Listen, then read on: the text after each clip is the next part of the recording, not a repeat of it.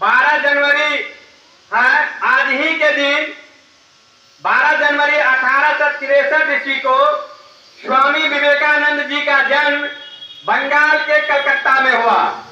स्वामी विवेकानंद बचपन से ही काफी प्रतिभाशाली व्यक्ति था। स्वामी विवेकानंद के बचपन का नाम नरेंद्र दत्त था। उनके पिताजी का नाम विश्वनाथ दत्त था, जबकि उनके माताजी का नाम भुवनेश्वरी देवी था। विश्वनाथ दत्त जो कि स्वामी विवेकानंद के पिताजी थे, वे कलकत्ता हाई कोर्ट के वकील थे। उनकी माता श्री काफी धार्मिक प्रवृत्ति की महिला थी और प्रतिदिन सनातन धर्म को मानते हुए हमेशा पूजा पाठ में लीन रहती थी। स्वामी विवेकानंद बचपन से ही प्रतिभाशाली बच्चे होने के वजह से काफी तेज तर्रार बच्चे थे। पढ़ने में उनकी काफी रुचि थी और वे हमेशा सत्य के तरफ खोज में रहते थे।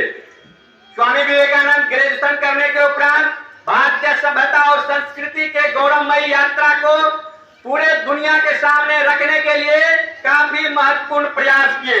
वे काफी कर्मयोगी थे और अपने काम में हमेशा लगे रहते थे।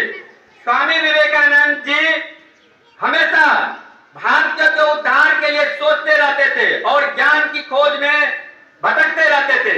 एक दिन वे अपने ज्ञान की खोज के लिए रामकृष्ण परमहंस जी महाराज के पास गए और उनको कहा, क्या आपने भगवान को देखा है? तो रामकृष्ण परमहंस जी महाराज जो कि काली माता की परम भक्त थे, उन्होंने कहा, हाँ मैंने देखा है और महसूस किया है।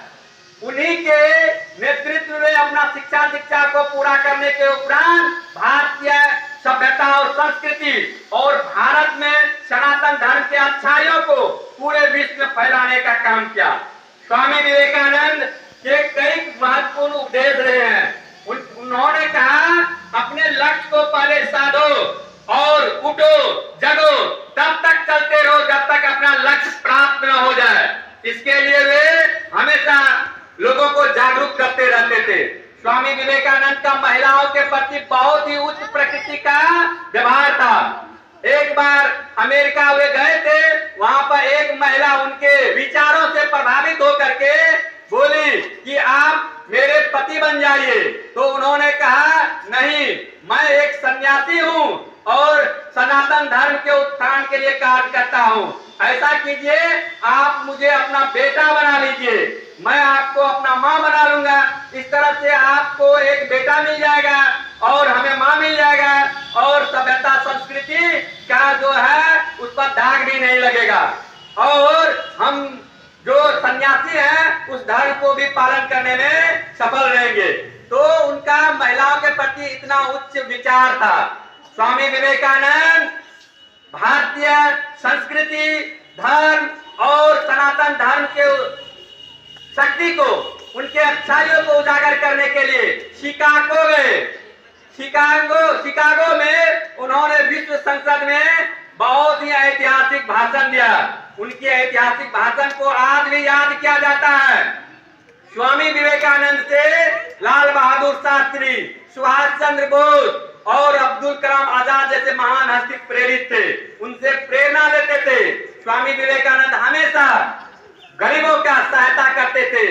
वे पैदल चल के कलकत्ता से रामेश्वरम तक गए थे और जहां माता पार्वती ने अपने पैर रखी थी, वहां पर भी उन्होंने ध्यान भजन करके, तपस्या करके भारतीय सनातन धर्म के गौरव को उजागर करने का काम किया।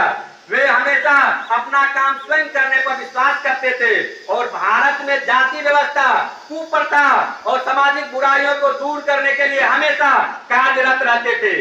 स्वामी विवेकानंद महान नायक थे। आज भी हमारे भारतीय सभ्यता और संस्कृति, हमारा समाज उनके विचारों से, उनके राष्ट्रवादी विचारों से प्रेरित हो रहे हैं और लाभान्वित हो रहे हैं। हमारा समाज उनसे काफी लाभान्वित हुआ है।